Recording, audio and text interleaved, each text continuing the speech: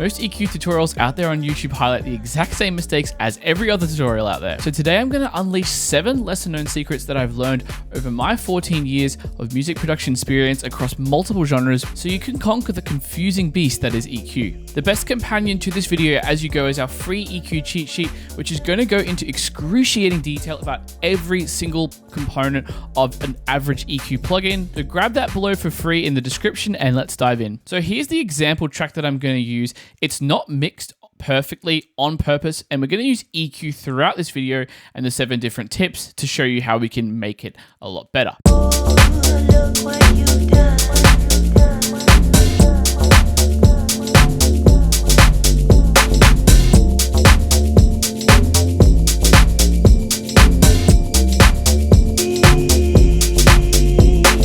The first secret you need to know here is what I like to call considering the inverse effect. Now, you've probably heard that subtractive EQ is important and that you should most of the time use subtractive EQ rather than additive EQ, right? But whichever one you use, you have to consider what's called the inverse effect. So I have a kick drum here, and let me just solo the kick.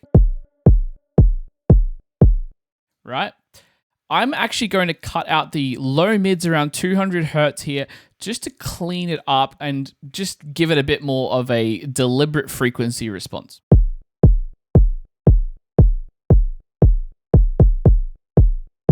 Yep. And with it off. So we hear that woofiness in the low end is just gone. So I really enjoy this cut. Now I have to ask myself, when I'm cutting out these boxy mids, what's actually going on? Because not only am I actually just cutting out the boxy mids, but we're also actually boosting the lows and also boosting the highs. If we had this here, this is essentially what we're doing. This is the inverse effect of our EQ cut. Now, this is important to consider because not only am I getting less of this mid-range, but I'm actually technically getting more highs, kind of upper mids and lows at the same time. So no EQ decision you make is done in isolation, and you really have to consider, is this the end result I actually want? For example, if I didn't really want the high end to be boosted that much, maybe what it's better to do is simply just to boost the low end of the kick, leave the mid-range cut out completely, and that way I'm just getting the lows louder in relation to both that boxy mid frequencies and the highs. So you have to think about the inverse effect of everything you're doing when you make an EQ decision. In this case, I actually think I don't want that. I actually liked the effect of the highs and the very much lows coming in, so I'm going to leave it at that.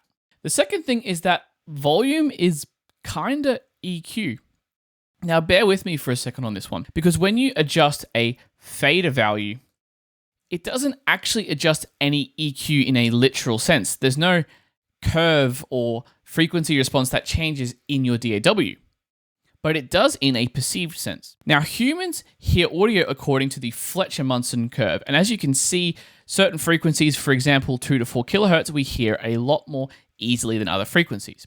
This means that as we turn sounds in our mix up and down in relation to other sounds, that certain frequencies within the sound are going to appear different to us audibly. If we have 2 drum loops here, one of them being the main drum loop that carries a lot of the weight of the mix, and the other being a textural kind of creative layer,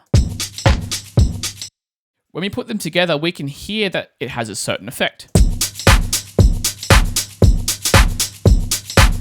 Now, I'm not quite a fan of the low end of this old school drum loop kind of overpowering the original one.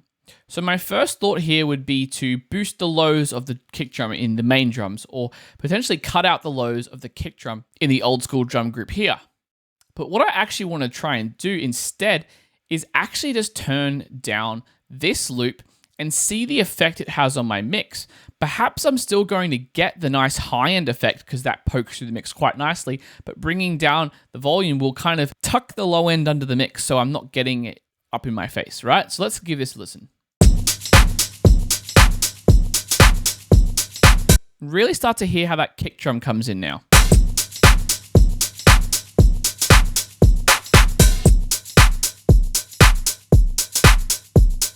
Now the other elements are a bit too quiet, so let's bring it up.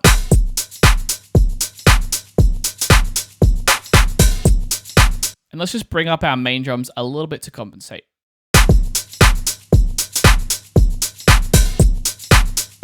Now our kick drum in the main drums here really punches through in a nice way, and I still feel like I get the characteristic in the highs and the mids of this old school drum loop, but versus where it was before. Right, so turning things down can actually alter how we hear certain frequencies, which is a really cool thing, and it means you have to use less EQ processing, and even though this isn't strictly an EQ tip, it still applies. And also you can use EQ beyond this to emphasize certain things, so I could then, for example, go in, add an EQ to maybe the overall group, and just kind of tuck down the lows even further. And maybe even a high pass filter there too. Okay, so secret number 3 is what I like to call the 1-1 rule. Now, being a master of EQ doesn't mean doing the most complicated stuff all the time. In fact, it's actually fixing problems using the least moves possible. So when I've overcomplicated things, I use the 1-1 rule. 1 filter and 1 cut or boost. Now take the shaker sample here that I've got with the really drastic EQ curve, right? And we can solo the shaker here to see what's going on. And here it is without the EQ. So really, we're just kind of giving it a bit of extra brightness, right? I think we're kind of also at the same time not getting the best result we could be because I've had a bit too much of a complicated process. So what I'm going to do is select all these curves, delete them, and start again. Now, before we do that, we just want to make sure we give ourselves a little snapshot of what was, so we can kind of remember that when we're using the 1-1 rule. But let's delete that. Okay. So I'm going to use 1 high pass filter and see how close we get.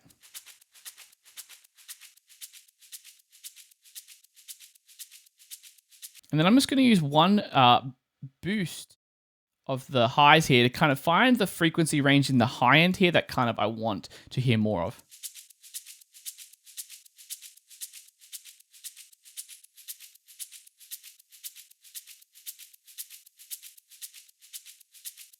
So ironically, it's the frequency that there's already a lot of. So I can go ahead and just leave it at that. And I think that sounds exactly like I wanted it before, right? And in fact, I can duplicate this, turn off the original, or the copy rather, go back to our original one, undo all my changes, and see which one sounds better. So let's turn on my old version. Sounds okay. Let's turn on my new version. I actually prefer the new version. It's brighter, cleaner, and I've done it in less moves. So sometimes more complicated is not the answer. Use the 1-1 rule and you'll save yourself a lot of headaches. Okay, so number 4 is to consider the interaction between EQ and compression. Now, the goal of EQ is to normally shape the tone of a sound, but by shaping the tone, we are also shaping the dynamics inadvertently. So if I boost the tail of a kick drum with a EQ boost, I'm doing that by boosting the low end. That's going to actually make the sound more of a sausage. It's going to make it a bit longer, and I'm adding more thickness and length. Now, on the other side of things, compression is a tool that shapes the dynamics, but by doing so, we inadvertently adjust the tone. If I compress a snare transient to let the transient through, slow attack, I'm allowing the high end pop the transient of the snare to come through a lot louder than it was before. So my tip here would be to use both in conjunction to shape the tone and also the dynamics in the way we like. So if we go back to our main kick drum here, I've got a EQ on there, and I'm just going to chuck on a glue compressor really quick. And let's just solo the kick drum again. Now what I want here is I want to boost around 100, 80 to 100 hertz, maybe 86 is what I kind of have come up with here, and just give it a bit more knock in the low end. Not that much.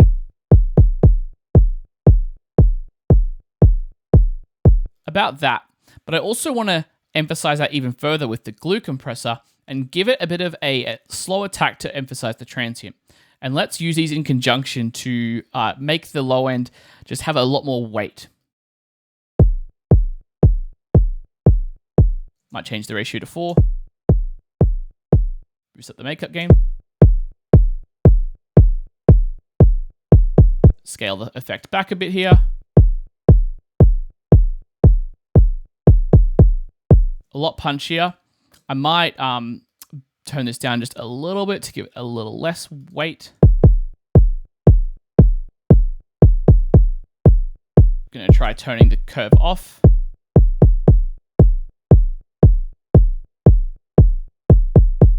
So it's a very subtle effect, but I'm liking the way this compressor is reacting to that extra little boost of energy I do into it. It just gives the kick a nice rounded feel for me, and I'm happy to progress from there. And you want to take this concept further by thinking of EQ in conjunction with any effect. Is it before or after that effect? Is it controlling or taming the result of another effect, or is it actually changing the input characteristic into, say, a distortion unit by placing the EQ before?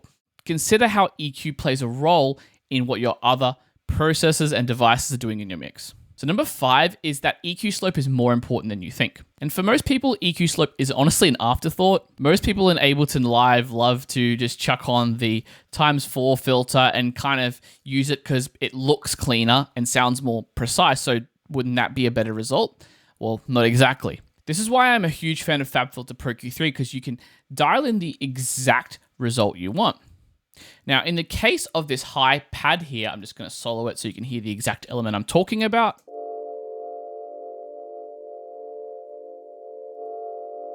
It's a very mid to high end sound, but it wasn't like that before the EQ here.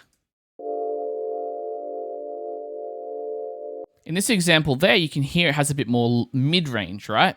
So what I'm doing here is I'm using a very gentle slope on the overall signal just to make the lower harmonics a bit more quiet and the upper harmonics more present. It's a very gentle tilt in the frequency spectrum, but it gives me the desired result I'm wanting in my mix and just kind of pokes through, creates that nice vibe in this deep house track. Now, if I was to, for example, go for a 48 dB per octave, which is the same as the Ableton ×4 filter, and play the pad,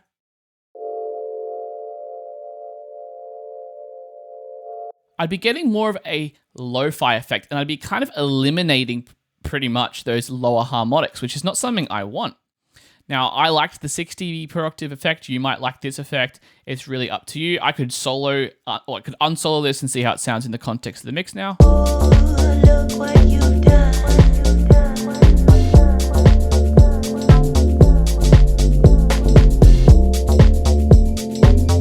I personally like the more natural effect in this case. It just depends on what you're going for. Know that the gentler slopes are going to sound more natural, and the more intense ones are going to sound more resonant, but precise. So the resonance trade-off is something you want to consider with those steeper slopes. Okay, so number 6 is to differentiate between high-end, and by high-end, I mean the range from about 4 to 8 kilohertz, and air, which is the range from 10 to 20 kilohertz. Now, not many people think of things like this, but when I think of wanting to boost the high end in a sound, I traditionally just thought, hey, chuck on a high shelf and just boost it up, right? And if I do that on my drums here, make sure there's nothing independently soloed, right? Just boost the whole thing. That's the high end. Well, not exactly. As I mentioned, I treat 10 kilohertz and above as air, and kind of 4 to 10 kilohertz, 8 kilohertz, around that kind of, not everything's precise crossovers, as the high end. Now, in this particular drum group, if I bring this down to 0, I noticed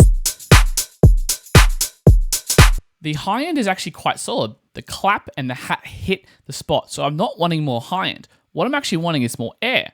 So I'm going to be very precise, and I might even go for a steeper slope here and just boost the air band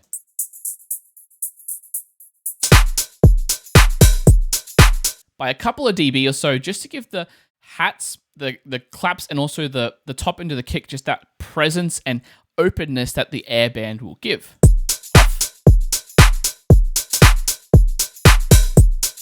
Now, if I was to do the same with the highs, so from 4 kilohertz up,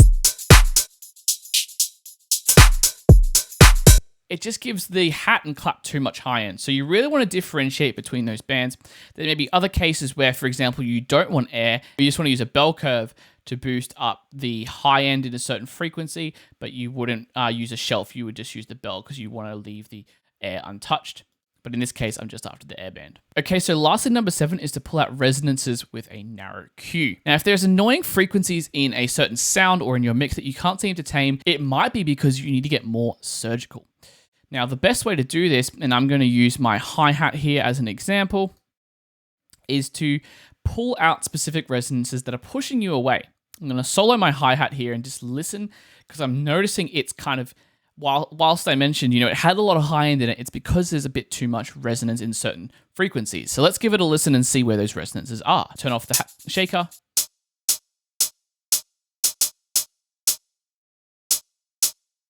So this one here, a bit annoying. And I'm using FabFilter Pro Q3's resonance removal tool, which basically you just hover over the spectrum and you can kind of see the history of resonances and then just pull them out specifically. Really cool feature. Again, we can just pull out this one here by hovering and clicking and dragging. It's more these lower high mid frequencies that are annoying me, not so much these ones.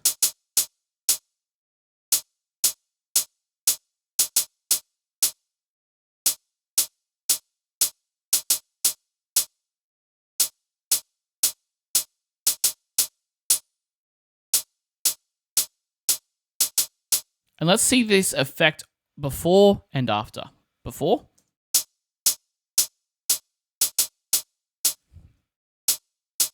Way cleaner, way cleaner. And this is something you don't want to overdo. I wouldn't go usually more than 3 to 4 dips. And I would really pick the specific frequencies that are actually annoying. If you don't have this feature, what you can do is in any EQ, simply grab a really narrow resonance cue, sweep through the sound with the headphones icon on, or if not, just normal boost.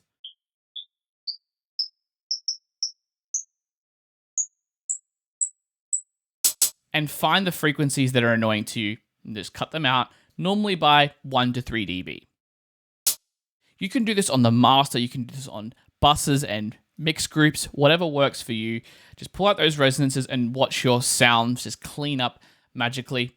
An obvious mention here would be to use something like Sooth to do this dynamically, so it reacts to the loudness of certain elements. But if you don't have that option, this is a great way to do that too. And sometimes I actually prefer doing this. It sounds a lot cleaner. And that is 7 of my favorite secrets that I use. Haven't seen these anywhere on YouTube, so I hope you enjoy these and got something different and practical that you can take into the studio. Again, grab the free EQ cheat sheet down below in the description, because it's gonna give you a holistic understanding of how to use EQ beyond what I've covered in this video. Thanks for watching. Like and subscribe if you want to, if you liked it, and I'll see you in the next one. Bye.